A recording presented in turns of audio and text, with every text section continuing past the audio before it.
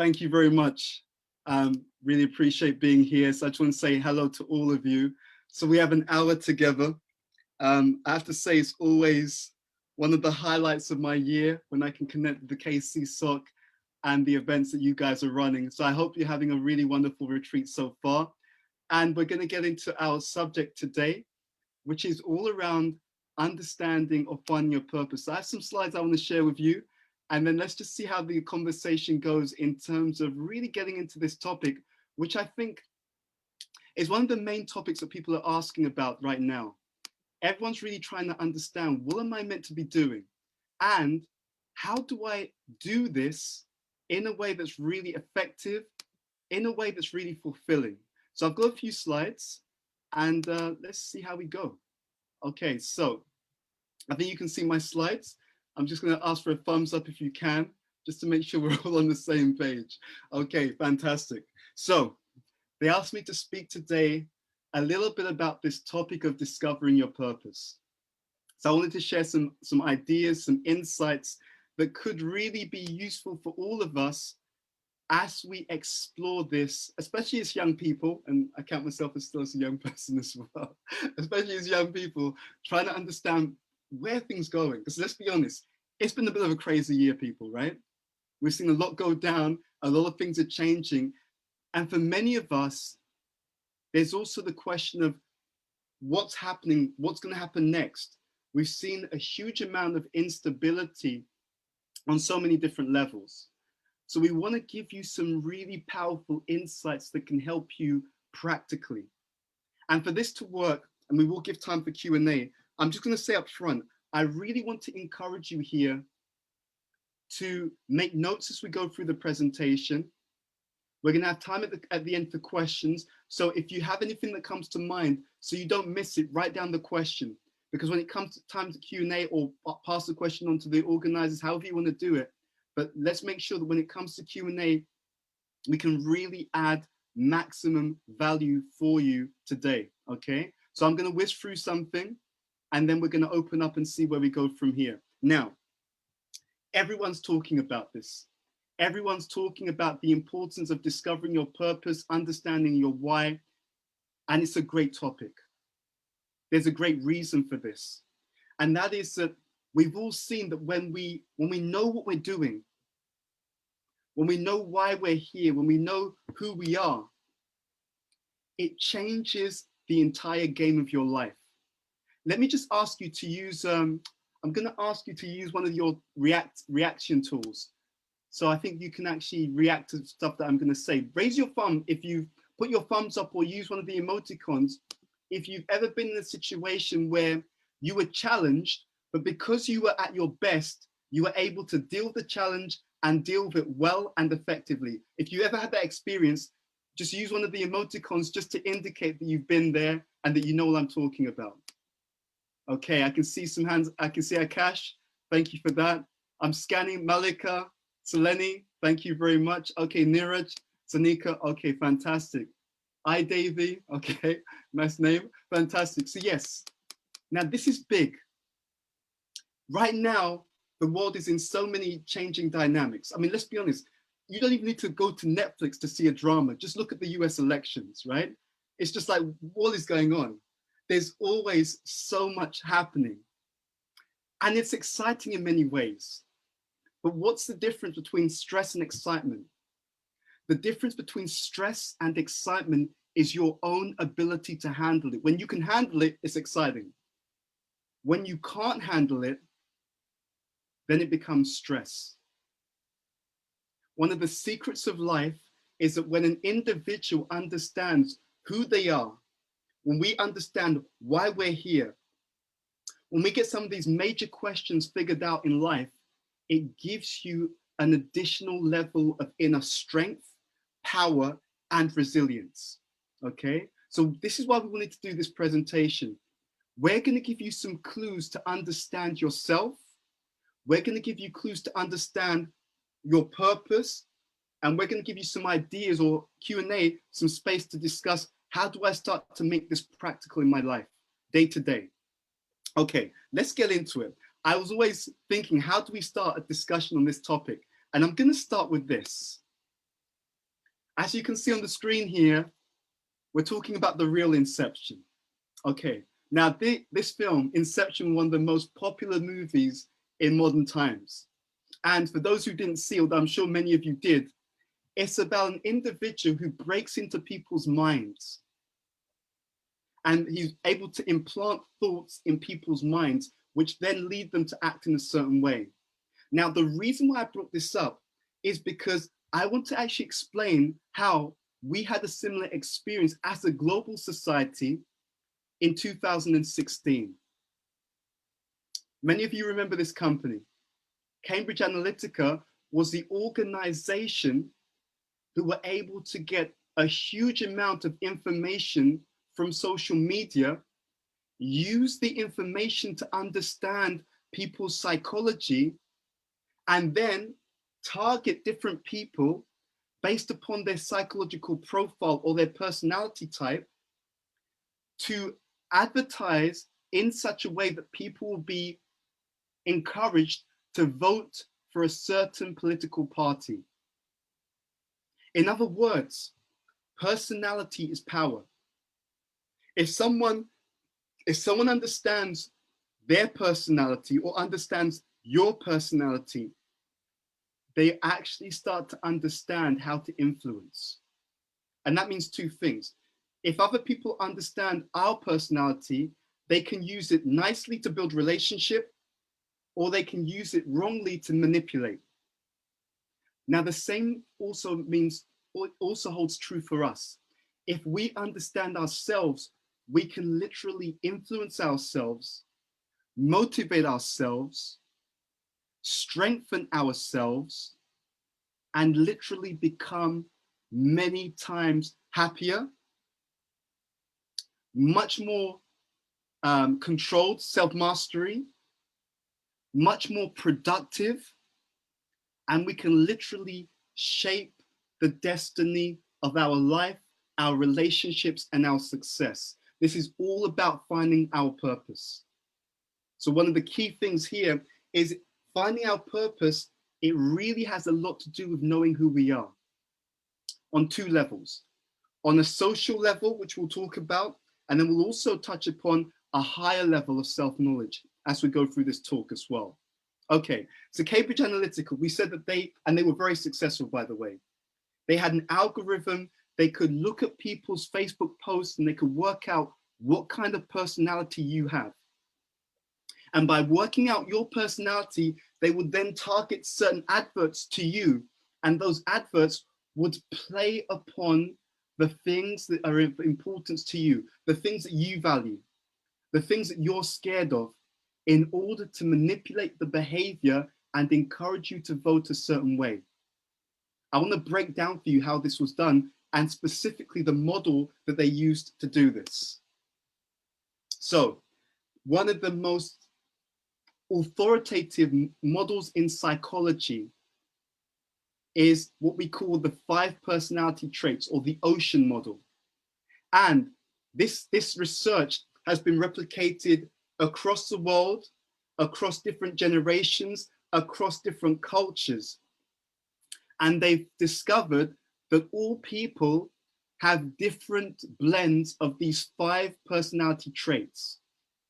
I'm going to run through these very quickly because this was the model that was used by Cambridge Analytica. So let's start with openness. Openness is related to people who are very open to new experiences, who like to experiment, and who tend to be very creative, but creative in a specific sense. Creative means here being able to come up with novel ideas that have some practical use. Okay, openness also relates to people who are high in intelligence, high IQ. Then the next one is conscientiousness. People who are conscientious, they tend to be very good at implementing things. They tend to be quite organized and efficient. They tend to be orderly and industrious. Okay, the next one, extroversion. People who are extroverted have 2 qualities that are particularly strong. One is that they tend to be enthusiastic. The second is that they tend to be assertive people. Don't worry if you can't remember all of these. This is a side point. It's a leap into some deeper topic we're going to discuss. So don't worry if you can't remember all, but I'm just giving you a taster of it. Number 4 is agreeableness. People who are agreeable, they tend to be quite compassionate. They'll tend to put other people's needs ahead of their own. And they tend to have respect for authority. And the last, people who are neuroticism, they tend to be people who are more sensitive, especially who tend to experience more negative emotions like anger, fear, anxiety, and therefore they tend to be more volatile in their emotions, and they're more likely to withdraw, okay, from social dealings or interactions. So every one of us, we're high or low in each of these 5 areas. And what Cambridge Analytica was able to do was to literally understand how people function and then have advertising designed according to your psychology, which would manipulate or encourage you to vote in a certain way. And they were paid huge sums of money to do this, and they were incredibly successful. What is the point from all this? Even if you don't remember all the details, doesn't matter. The number one point I want to bring to your attention is that personality means power. Okay? Your personality, who you are, understanding who you are, and acting on that basis immediately makes you one of the most powerful people on the planet at any point in human history. Personality means power. And let's flip it another way. If you don't have that, then what happens? If you don't know who you are, if you're not clear on your identity, what happens? No ID, no impact. If I'm confused about who I am, it gets in the way of me being successful, because I'll just spend all my life confused about what to do, confused about where to spend my time, confused about who to spend my time with, confused about what to do with my energy. And that can happen from the cradle to the grave. And before you know it, time's up. And we haven't really moved. We haven't moved forward, but even more painful than that, is that we're not feeling any sense of contentment or fulfillment in life. And that negativity, when we don't feel that fulfillment, that negativity spills over. When I came to KC, when I came to understand more about what we call Bhakti Yoga or the Vedic teachings, to be honest with you, it blew my mind. It's just the journey is like crazy. It's a crazy journey. Why? Because I was able to constantly understand what really makes the world work, what really makes people work, and how we could be at our best, both socially and spiritually. And I want to share with you some of the key lessons that I learned on that journey, which I'm still on right now. So this is one of the first key things that I learned. This is a sutra, meaning that this is a statement. It's a short statement, but it contains tremendous wisdom. If you want to be successful in life, the key thing that you need to understand is compatibility, that one word. Everything in life, everything in success relates to compatibility. Because if you associate or spend time with the right people, that means that they're compatible. Your friendships will flourish. If you want to get married and you marry a partner who's compatible, your marriage will flourish.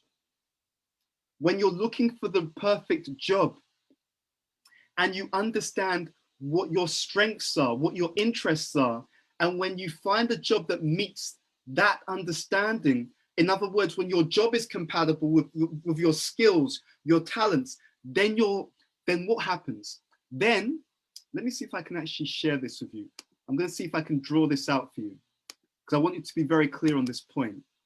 So, if I do a job that is according to my, let's say, skills, talents, and interests and motivations. Then every time I put some effort into that job, I'm going to ask you to share in the chat window. If I do something according to my skills, talents, interests, and motivations, then whenever I put some effort in, what happens in terms of impact? How does my effort affect the impact when I'm doing a job that fits my skills, talents, interests, and motivations? I'm going to ask a few of you to put the answer into the chat window. Okay, I can see one, Sharina. Yes, success and fulfillment. That's good. I want to hear a few more people. Let's make this interactive from day one because there's a lot to share and we want to make sure we give you the keys for your own success in life. What I do for you is what I'm doing for myself. So the more I can help you, the more I can help myself as well. Okay, Ray. Yes, intrinsic motivation. I like that term, Ray. Intrinsic motivation means you don't have to force yourself out of bed every morning on a Monday, right? You leap out of bed because it's like, damn, what's the next exciting thing to do? Nandini, absolutely. Great to see you on the call, Nandi, by the way. Work-life balance, absolutely. In fact, what's interesting, Nandini, is that when you're doing something that you love, and Steve Jobs spoke about this, when you're doing some activity that you love, actually, to be honest, it's not even work anymore. Because you would do that for free anyway. You like doing it, you're damn good at it, and people appreciate it. Very, very powerful. Yes, let's see. Amy, thank you. Productivity and purpose. Yes, I can see the comment below. Purposefully, meaningful, and impactful. Yes, David, greater impact, successful, motivated, and you become an example to others. Fantastic. You guys already know this stuff. This is huge. I'm going to share with you something that I experienced in my own life, and it was a game changer for me. I started to see, when I started to learn this topic, I started to see that many people, they were unhappy because they were spending so much time doing stuff that didn't align to their strengths, didn't align to their interests, didn't align to who they were socially.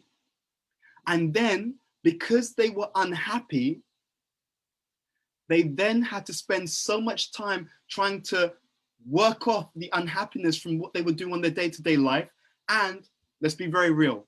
When we're unhappy, often it spills over into our relationships, isn't it? Has anyone ever seen that? Yes or no? You know, we know this instinctively. And then what happens is the relationships become difficult because I'm stressed. They become difficult because it takes me so much time to do my job. I've got no energy and no time for my friends or family, or my partner, or my children. There's so many knock-on effects. So therefore, the Vedic teachings, which are the deep ancient teachings which are behind KC, Krishna consciousness, they dealt with this topic over 5,000 years ago, and I'm not exaggerating.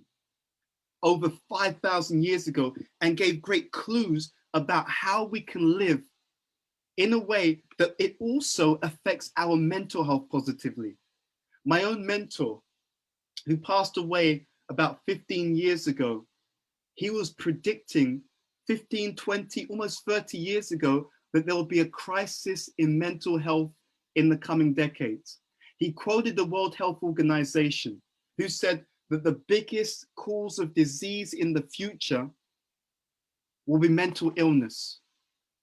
And he was explaining how the research has shown that mental illness has a lot to do with people being unhappy, just generally, unhappy mentally, unhappy in their relationships, having difficulties physically. And the two things are connected, because if you're unhappy physically, if you're unhappy mentally, that can then start to play into your physical state. So I want to get the slides back up and we want to go a bit deeper into this topic. So we said here, life is all about compatibility. We're talking about purpose. We've given you two sutras. First sutra, no ID, no impact. If I don't know who I am, it's hard to have impact. Impact is of two types. People always talk about external impact, right? How many people did you impact? How many people liked your video? They talk about external impact, but we say that there's another side to it. One side of impact is external. The other type of impact, which to be honest, is much more important, is internal impact. Now let's think about this. If someone paid you money and said to you, look, John, we've got a plan. I'm going to pay you £1 million. What we'll do, if you agree to take this money, we will make sure that you have incredible external impact. But the one thing is, you will never actually feel any lasting inner fulfillment. But everyone will think you're amazing. Everyone will think you're fantastic, but you will feel no lasting inner fulfillment. We'll give you £1 million. Do you sign on the contract? Would you accept the deal? I don't think anyone intelligent would say yes to that.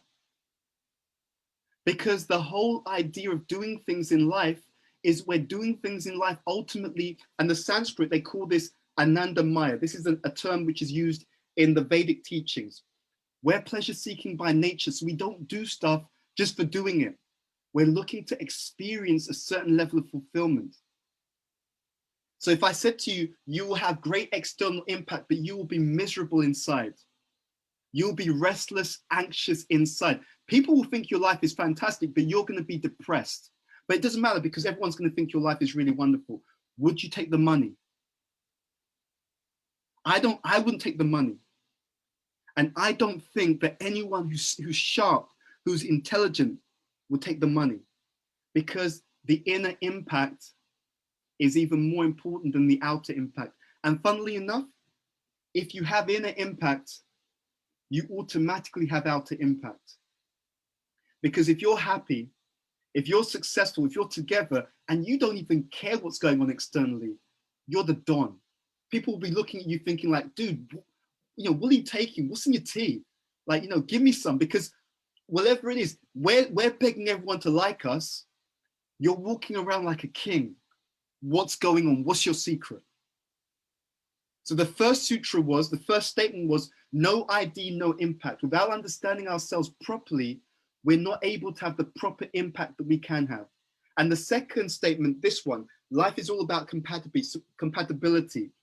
So we said, and we showed you this on the whiteboard, we said it's about having an understanding of our skills, talents, interests, motivations. And then when we put the effort in, the impact is the greatest impact. Greatest means it's the greatest impact in terms of our fulfillment. It's the greatest external impact in terms of our productivity. And the third secret, and I'll just write this on the board. The third thing that happens is it's the greatest impact in this way. You can see what I've written on the board. It's consistent. There's many people who do something and it's a one-hit wonder. They get one film out, bang, and then the next film is like, really? Really? No one's gonna watch your film. I have to be honest with you, right? So someone I know went to see Tenet. I don't know if you've seen that film by Christopher Nolan. If you have, I'm sorry. Okay, if you have, I'm sorry. Because the people who went to see it, they were just like, what just happened?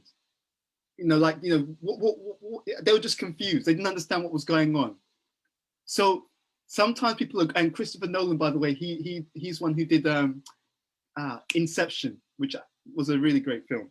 But the point is that when you do things right, you have not just impact, but you have lasting impact, lasting fulfillment, lasting productivity consistently. And it's all about knowing who I am. It's all about making compatible life choices. So let's go back to our slides and let's dig into this in a deeper way. So life is all about compatibility on all levels. Let's move on. There's 3 ways to function in life. And we're going to talk about this in terms of a personality model. Some people are in denial about themselves. Some people, they just want to be like everyone else, right? They want to lose their personality. In the Vedas, they talk about how this even plays out spiritually. There are some people they try to live by a philosophy which is about just merging, just kind of losing themselves. And they think that that's the ultimate spiritual goal. But the Vedas say no. They say that the ultimate thing is the power of personality, the power of spiritual personality. Even to the point that they explain that the supreme is more than just an energy, but the supreme is actually a person. So 3 ways that people live in life. One group just deny it. They just want to be like everyone else. The second group go to exploitation. They recognize that there are differences, but they want to use the differences to manipulate people. They want to use the differences to dominate people. Oh, I can run faster than this guy. Therefore I can control him. Or I'm more intelligent than this guy, so let me control that person. Or I can make more money than this person. Let me take advantage of that person. So first is denial. Second is exploitation. But there's a third way. And this is really important. The third way is cooperation. I call this, and this is the third statement, unity with diversity. When I want to understand my purpose, and when I live according to my purpose, something magical happens. When I live according to my purpose, just my example inspires other people to do the same. We don't look beneath the surface in modern society. Why are there so many issues in marriages? Why are there so many issues in friendships? Why are there so many issues in communities, in countries, between generations, even between the genders, between races? It's because we don't learn to appreciate the differences and cooperate with the differences. Where you are better than me, where you, wouldn't even say better, that's the wrong word. Where you have a certain skill or talent that I don't have, that's fantastic, because now we can complement each other. So I was connecting with some young people recently. I mean, these guys, in terms of social media, they're just on it. They just know how to, I don't know how to do anything on that, but they just know what to do, how to do it. It's incredible. It's incredible watching them work. And I have something that I can share, so we cooperate, we work together to try to make incredible things happen. And so the model we're going to show you, which helps you to figure out more about your purpose on 2 levels. It's all about using your strengths. In fact, it's about using 3 things. I want to draw this on the screen for you because I want to give you maximum value from our time together. In life, when you're looking at how to choose a career, for example, I want you to think about this. I want you to think about 3 T's. 3 T's, okay? And they are talents, temperament, and tolerance.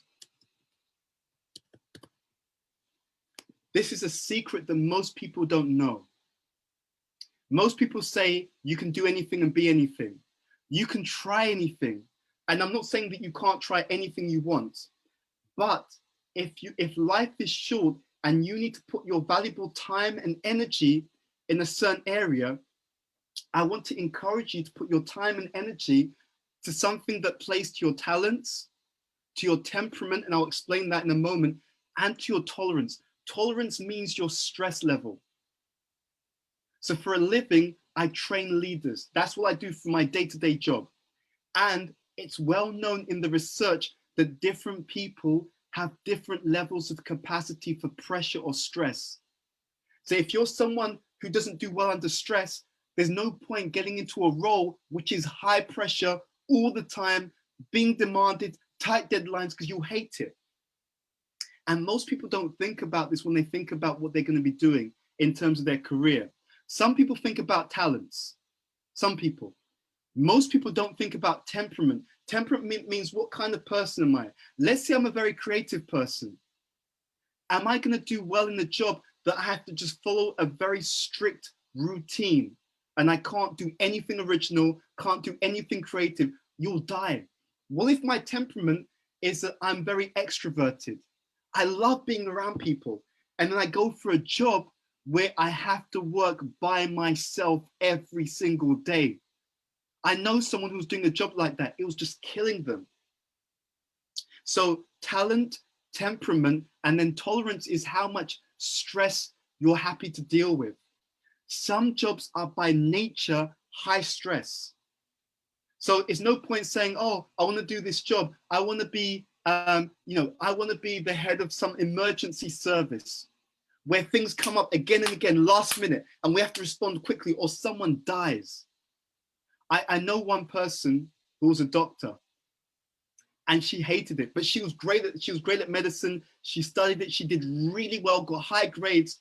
But when she did the job, the stress of it, knowing that if you don't do the right thing right now, even though you've had 2 hours sleep, and your sleep cycle is up and down, if you don't make the right decision immediately, someone dies, right? And even when you make the right decision, someone may still die because for whatever reason that, the heart resuscitation didn't work. And now you have to have the stress of telling the parents, I'm sorry, your son didn't make it. And seeing the parents break down, crying, grieving right before your eyes. You're seeing other parents, because they're stressed out that their child's got some illness, they're shouting at you, even though it's not your fault. High stress. So you have to think about these dimensions: talents, temperaments, and tolerance. When you're making the decision about your career, you choose something that fits you according to understanding these things. So this is why we created a model. And this model is based upon very ancient spiritual understanding about personality types. And some of you will have seen this on our podcast. So I've got a podcast called the Edenova Podcast, and we had a few episodes on what we call the team personality model. So I want to run you through these 4 personality types. If you haven't checked out the podcast, check it out. I'm going to run you through these personality types. Then we'll spend about 20 minutes with Q&A, answering whatever questions that you have. So interesting. In the Bhagavad Gita, and again, this is a very ancient understanding, it explains that in every single society, across all races, all generations, all genders, there are 3 basic personality types. And research, modern research has also found, they did a research with millions of people, and they found that when you boil it all down, there are 4 basic personality types that exist across the entire world. And every one of us, including every one of you on this call, fits into one of these 4. Let's run through. The first one I call the teacher personality type. They are people who tend to be very good and very interested in in studying. They love to learn. They're your natural intellectuals. They tend to be very reflective. They love to organize knowledge. They love to learn new things, but for the sake of learning it, right? More than even applying it, although they may apply it, but they love learning for the sake of learning, and they love to share what they've learned. Those people tend to do very well in any occupation where the main activity is around researching, learning knowledge, sharing the truth. Therefore, they tend to make very good teachers, scientists, researchers. These people also tend to be more introverted. They tend to like spending time alone, but they love teaching others. Okay, second personality type is the entrepreneur. These guys, whatever they touch makes money, okay? Alan Sugar, Donald Trump also actually is an entrepreneur personality type. Don't let that put you off though, but he's an entrepreneur personality type. These guys, they're very good at reframing value. What do I mean by that? They have a gift.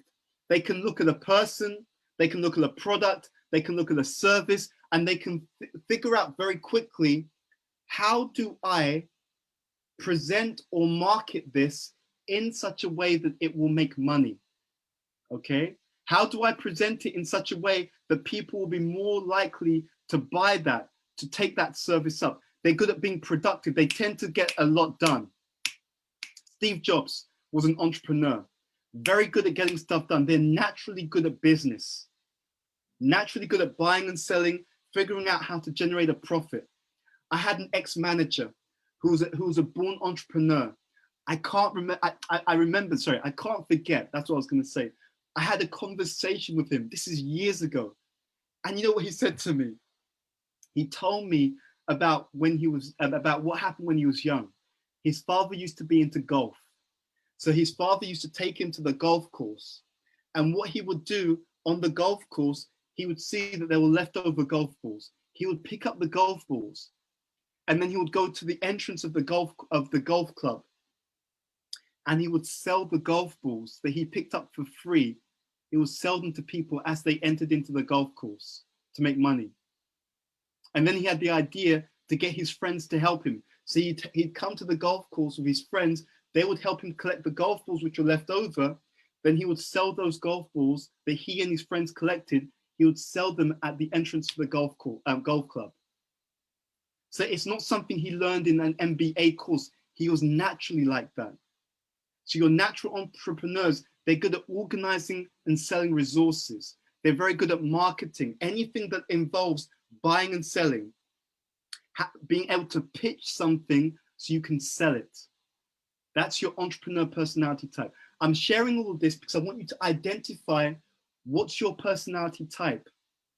Because if you know what kind of personality type you have, what you're good at, and if you start to play to your strengths, compatible career, okay, I'm good at selling, so let me choose a job that allows me to do that talent, use that talent. Let me invest in that talent by learning more about it, going on courses to turn that raw gift into a strength. There's another thing you can do with this. I'm not going to get into it now, but when you know what your personality type is, if you choose a marriage partner who has the same personality type, then you guys have similar expectations, similar values. You will appreciate what the other person can do more, and it makes it easier to be in a relationship because the values are the same. They say that opposites attract, and that's true.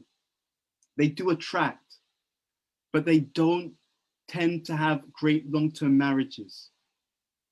Because if they're opposites, in the beginning, they become fascinated by the difference. But in the long term, over 10, 20, 30 years, then because the person does something that you aren't interested in, and they do a lot of that, and they need to do a lot of that, it tends to pull people in opposite directions. So something to bear in mind here. Let's move on to the next personality type. The next one are the artists. These people make great entertainers. Cardi B, many top actors, actresses, they're very good at artistic expression. They can be great musicians. They often find that they're more comfortable not having to take on the heavy responsibility of leading. They can also be good with arts and crafts, and some of the world's most famous and skilled entertainers fall into that category of the artists or the artisans. So, and by the way, this is really important. No matter what your personality type is, if you're a female, you tend to also have some skill in this area. So the research has found that females, compared to men, not that every female and every man's like this, but on average, females more than men tend to have more of an artistic eye and an artistic appreciation. So for example, they may appreciate how something looks or how another lady is dressed, or even how a man has put together his outfit. It's like, yeah, that looks good. That looks well put together. So that's just an aside there. And the last personality type is the monarchs. Now, these people tend to make naturally good leaders, good at leading people in a certain direction. They're very strong in their personality. They're very moral. It's about law, order, justice. They really get annoyed if people are disrespectful to them. That can really trigger this personality type, especially. So I'm going to pause for a moment. These are 4 personality types. The podcast, which are on Amazon, which are on SoundCloud, on Apple, on Spotify, anyway, on a few different platforms, they go into more detail, but this is just a taster. The key to life is to understand who you are and play to your strengths. Therefore, whenever you put some effort in, I'll put this on the whiteboard. When you do this, then what happens is this. you have what we call the effort to output ratio. That means for every unit of effort that you put in, your output becomes much stronger because you're playing to your strengths. So I'll give you an example. So my wife, she loves to study. And because she loves to study, when she was studying in her undergraduate degree, because she's into that, it wasn't hard work for her to study. In fact, it was easy. It's the kind of thing she would do even if she wasn't doing a degree, because she's just so strongly into that. So it just works. It works. And every piece of effort, she got so much more better results because she was playing to her strengths. Now, the one last thing I'm going to share before we open up for questions is this. And this is the last point, but it's really important. So we've shown you the team model, but there's something beyond the social. And that is the spiritual. So at the beginning of the talk, I said life is all about compatibility. So if you find a job or activities which are compatible with your talents, and it doesn't mean you can only do one job. Your talents can be applied in many different jobs. You're not limited. But the key thing to look out for is when I do this job, what are the main activities? It's the activities that you're looking for. Activities in a job that match my talents and interests. That's how you find your purpose job-wise. But we also want to have something which is compatible, not just with our spiritual identity, sorry, not just with our social identity, but with our spiritual identity. So the Vedas explain that just as you have something compatible with your personality type, there's something that's compatible with the soul. And you did some of this earlier, I think, in the program, which was kirtan. So we want you to really understand this point, and I'll leave you with this point before we come to questions and answers. Because the Vedic literatures explain that we're more than just the mind and the intelligence and the body, that there's also a living being who has a mind, who has an intelligence, who has a body. There's also an activity that's compatible with the soul. Okay? In fact, there are activities, plural, which are compatible with the soul. Let me see if I've got this slide up. No, I wasn't going to show you that slide. I wanted to show you a slide which relates to this, chanting. So you see this image of a drum. This is when people come together to do what we call mantra meditation collectively, kirtan. And the mantras can also be practiced as a personal form, a personal form of mantra meditation. And we call this japa. There's also activities which are of the soul, which relate to reflecting on spiritual wisdom. And you can see this book here. This is a Vedic text called the Bhagavatam. If we have a life whereby we take care of our social needs, understanding our talents, our activities connected to our talents, and we also take care of our spiritual needs by engaging in mantra meditation, using sacred names of the Supreme, by engaging in spiritual reading, Vedic texts, then the impact that you will have on the world and on yourself will be off the scale. And I'm not telling you to accept what I'm saying, to be honest with you. I don't believe in that. I don't believe in blindly accepting anything. But you know what? I've been practicing this for 25 years, and I can tell you from my own experience, it works like magic. It really does work like magic. And I'm going to encourage you to also try this out for yourself and see how this really works so powerfully if you do this. We're all looking for happiness. We're all looking for purpose. What we've spoken about in summary is how we can find our purpose socially and in an even more deeper level of fulfillment as we find our purpose spiritually as well. So socially, those activities, careers whereby we're able to do activities in our role which plays to our talents, our temperament, and our tolerance, our level of tolerance for stress. That's social.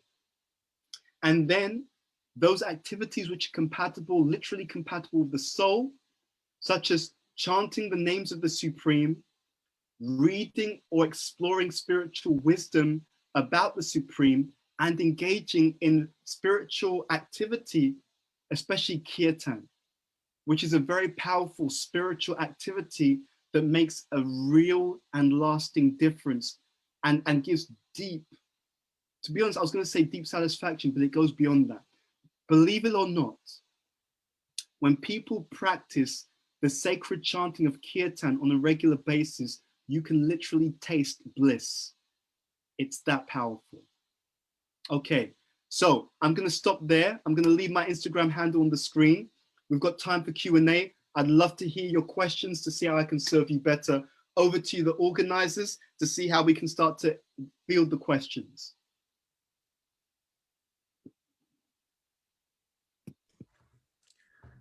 Amazing. Thank you so much, Ed. Unfortunately, Cash Groups, his internet's been a bit messed up, so I'm going to lead the Q&A. Okay. So if you have a question, please type on the chat or raise your hands and we'll unmute you. But for the first question, I'd like to ask, sometimes in our job, we need to be able to handle stress. Yes. So how can we increase our stress tolerance? Very good question. So there's a few things. Life is like a good meal. You have to have the right ingredients in the right proportions. There's a lot of research on what we call resilience. So everyone is born with a natural level of resilience. Everyone is born with a natural level of being able to handle stress. We won't go into it in this presentation about this topic, but in your own time, you may want to check out what we call the Ayurvedic doshas. They talk about Kapha, Pitta, Vata, Dosha, which are different types of body.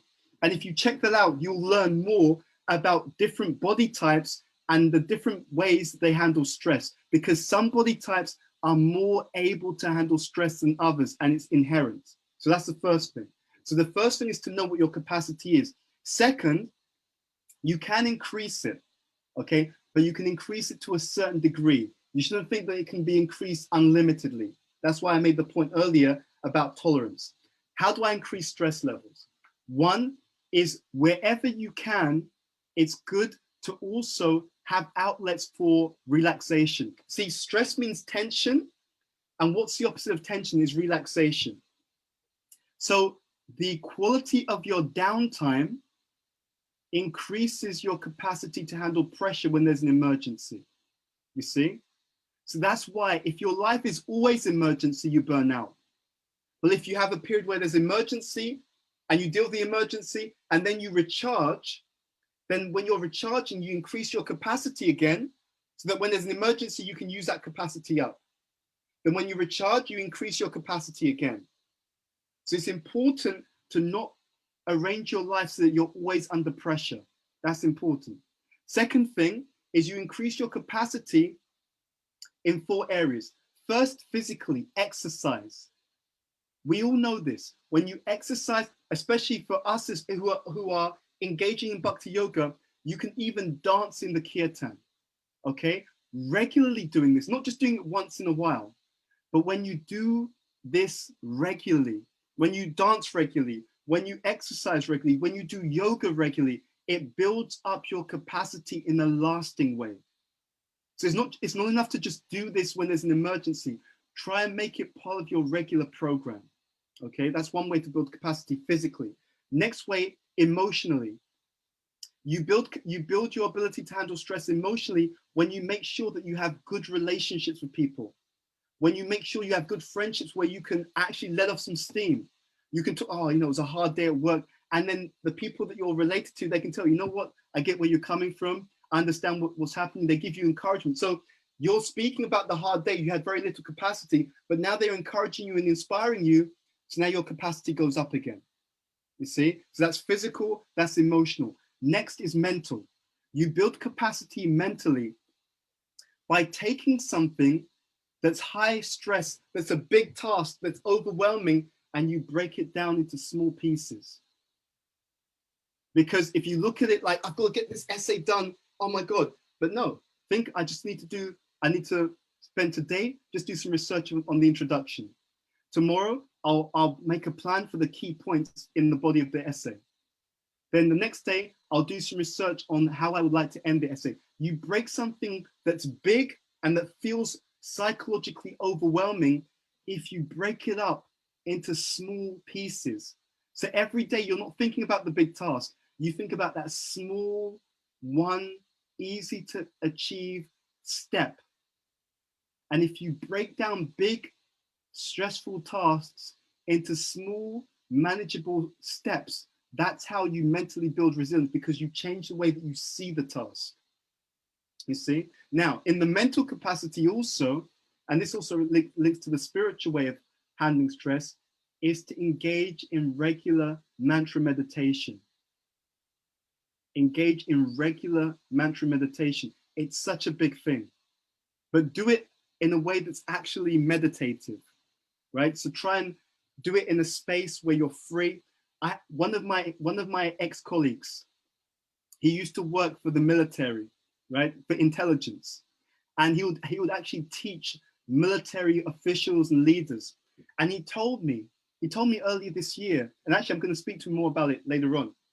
They'd done research in the military, and they found that people who spend regular time in nature have a higher level of resilience.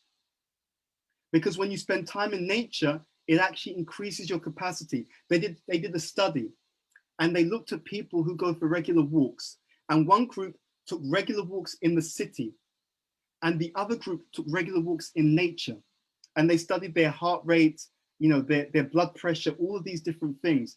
And they found that even though they were spending the same amount of time going for a walk, the people who spent time in nature, even seeing the greenery of nature, actually reset their stress levels. And if you're interested in this more, there's a book. I found this book many years ago, and it's online, and it's a book called Earthing by Clint Ober. In the book, they also show that if you spend time in nature and you actually have your skin in touch with nature, let's say that you're sitting down and you're sitting against a tree, so the tree touches the back of your head or whatever it is. Any scars or if you have like a wound or a cut, if you're in touch with nature directly, physically, it heals faster. And in the book, there's pictures of people who had scars or wounds or cuts, and you see how quickly they healed compared to someone else who had a similar wound who was not regularly in touch with nature. And this is so interesting. Why? Because in the Vedas, it says that nature is one of the 7 mothers. So in Sanskrit, we call this Mother Bhumi.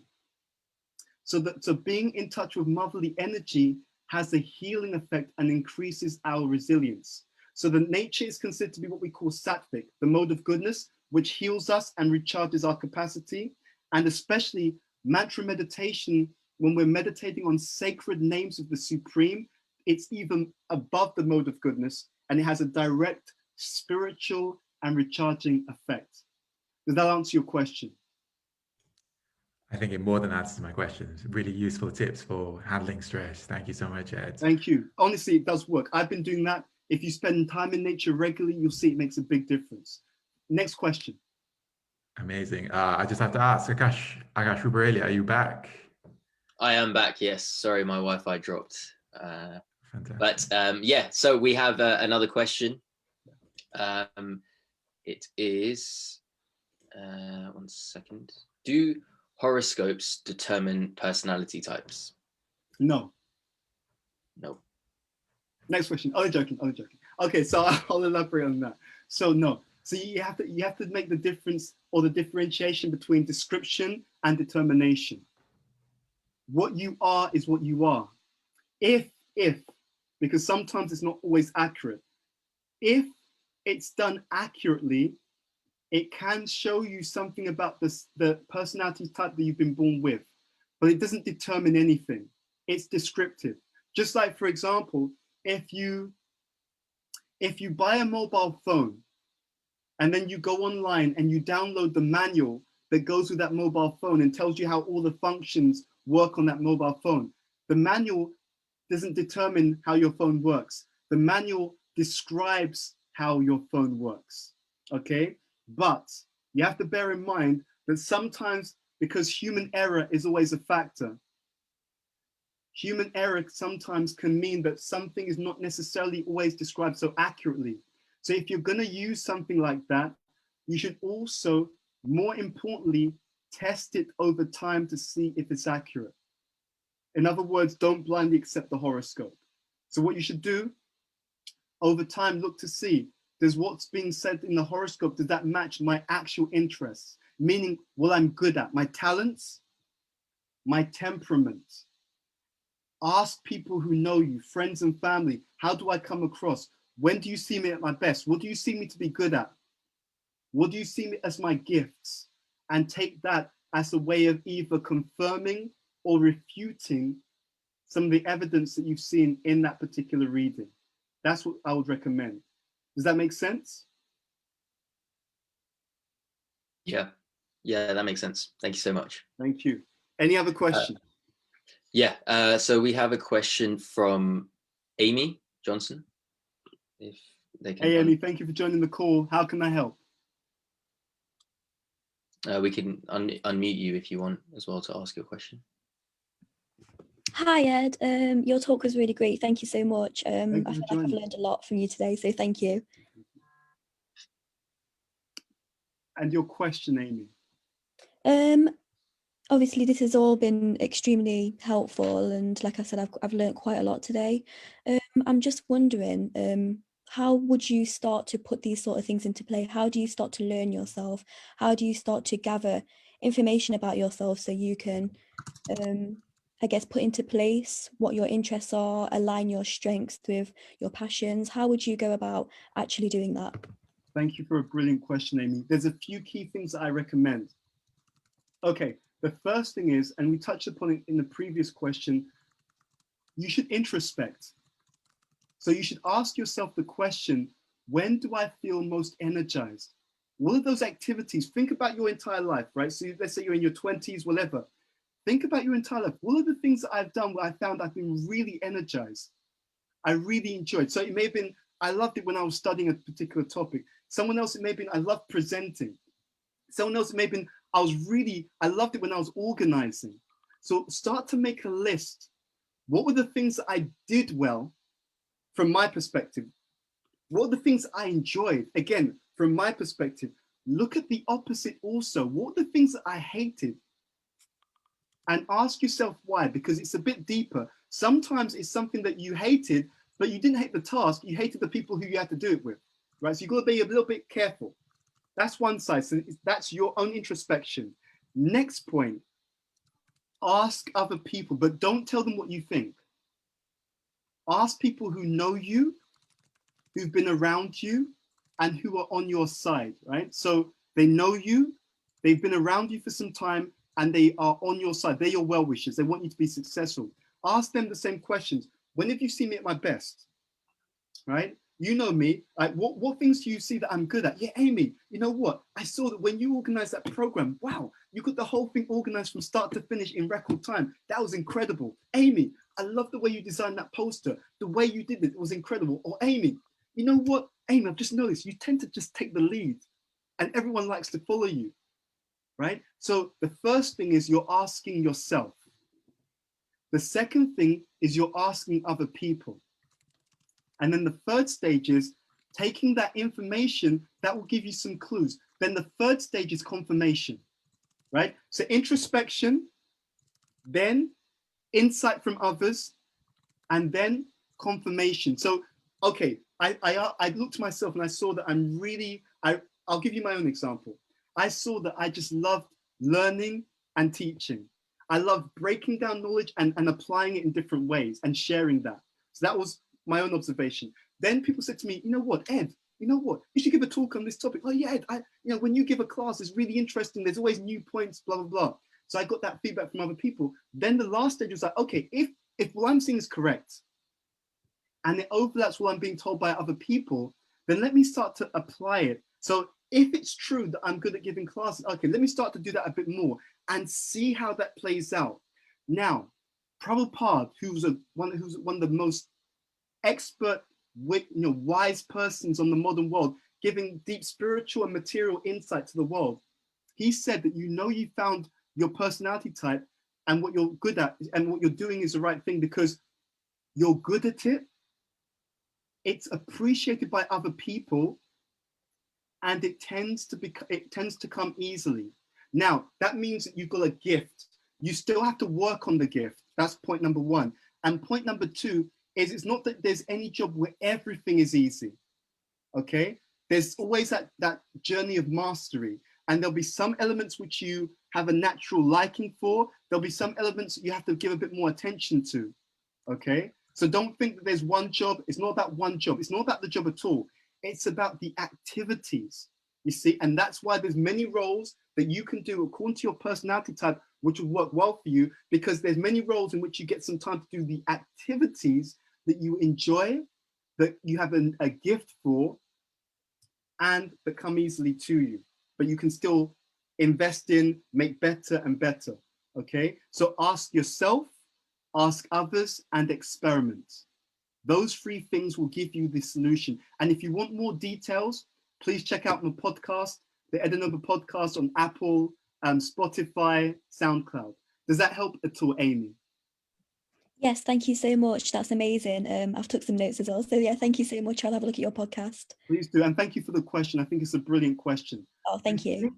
I think we are at time, ladies and gentlemen. Is that okay, Akash? Yeah, I was just about to say, yeah, we're at time. Okay.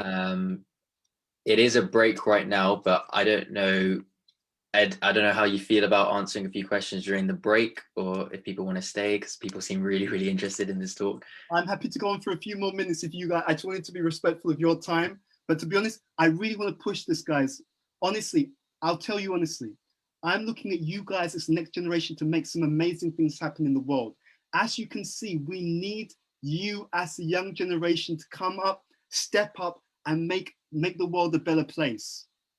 And my enthusiasm is to give you guys some of the insights and tools which I know work from my own experience. I'm going to go back, which I know work from my own experience that can help you to be happy, to be healthy, and also to bring that out into the world, both on a social level, but please do not also forget that there's also the spiritual level too.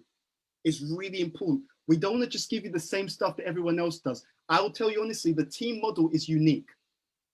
This is an ancient model based upon the Vedic understanding, and it's so damn accurate, it'll blow your mind away. If you know this model, you can actually read people. You can understand what people are good at, how they think, how to work with them. It's so powerful. And along with that, if you engage also in some spiritual practice, mantra meditation, kirtan, reading books like the Bhagavad Gita, then you'll get maximum power. Success inside, success outside. Okay, any other questions? So Nandini, if Nandini's going to be taking over during this break for these other questions, just be sure, for those who do want to leave, just be sure to be back by 11:55 for the Battle in the Mind session with Chitti Shakti Devi Dasi. So that's going to be all about kind of mental health and focus more on mental health. But yeah, over to you, Nandini, if you could take over. Hi everyone. So yeah, as Akash said, if you want to carry on with questions, then please keep them coming. And if you want to leave and take a quick break, you can, but come back for 11:55. Oh, wait a second. Can you hear me properly now? Yes, we can hear you, Nandini. Okay, fine, better. I just said that, as Akash said, if you're after a quick break, please take it, but then come back for 11:55 for the next session. But if you still have questions, keep them coming in. I'm just checking up any more questions. Oh, okay, have you answered yet? Someone said, what if a job that is aligned with their talents would imply to be far away? How would you handle that kind of situation? Okay, so usually, and this is why I stress the fact that it's not about the role, it's about the activities. So it's a personal choice. if you really feel that you're ready to make that move and it works for you, then feel free to do it. You have space, you have that free will. But the point is that whatever you do, try to find something that plays to your talents, your temperament, and your tolerance. That's the key message. Whether it's in one location or another, that's up to you. And bear in mind also, we are moving right now in the world more and more to what we call a gig economy. Because of the pandemic, and even this was happening before, they're seeing more and more that people can work remotely. So you will find more and more in the future, you can be working for a company that's based in Japan and you can be based in London because you're doing your job, you're doing your work, and you're connected online. The work I do, I train leaders around the world. I'll be training leaders in India, in America, in Russia, in China, every single day. And I'm sitting here based in London, you know? So what you'll find more and more is location is not a thing, and it'll become less of a thing in the future, depending on the kind of job you're doing and the company and whether they have that kind of remote opportunity. So I wouldn't worry too much about that, but it's your choice. If you want to go abroad and you feel that that's something you want to check out, please do so. The one thing I would say about going abroad is wherever you go, make sure that you also plug into good connections and contacts. Because life is like a great meal. The flavor you get from your career is just one of the ingredients, but for it to work, you also want to have a great career, but you want to have great relationships, and you want to have some great spiritual connection or dimension. If you miss out any of these ingredients, you usually find that you're not satisfied. Okay, thank you for that. Thank you so much for such a great answer for that. That was really, really good to know, and I hope it helped that person out. One question which is more, I suppose it's quite applicable to everyone, but it's how can you really train yourself within time management?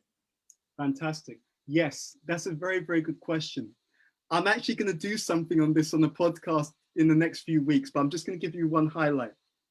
The trick, the real secret for time management is, I'll give it to you as a statement first. Perfection is not when there's nothing left to add. Perfection is when there is nothing left to take away.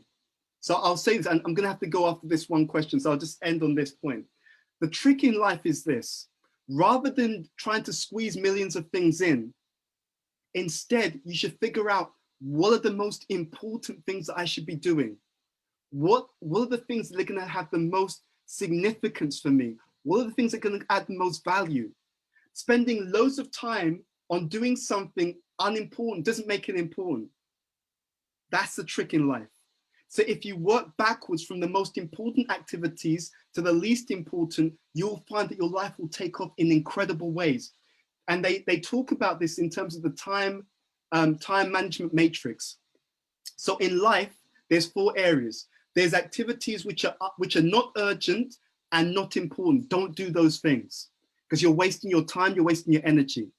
There are activities which are important and urgent. You have to do those things, but you should try and make sure that you don't have much in that category, right? There are activities which are urgent but not important. Don't do them, okay? And there are activities, and this is the most important area of life, which are important, but they are not urgent. To get to these activities, you need to be proactive. So rather than reacting to things that come into your life space, what you should do instead is every day make a plan. Think, where do I want my life to go? And use your proactivity to move positively in life, rather than being like most people who drift and have nothing going on. And then what happens is people just keep dumping non-important, boring, non-productive things. And oh, you know what, why don't we just hang out and just do nothing? All right, then I've got nothing better on. Or, you know, oh, why don't we just like watch TV all day? Yeah, all right, then I've got nothing else going. No, that's not how you want to live your life. The key thing for time management is being proactive.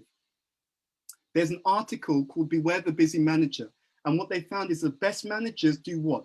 They take time out of their schedule every single day or week to think, where do I need to proactively go in my life rather than everyone else who are not proactive, who are just reactive and therefore have rubbish dumped upon them every single day, which don't take them anywhere. That's how you manage your time, in essence.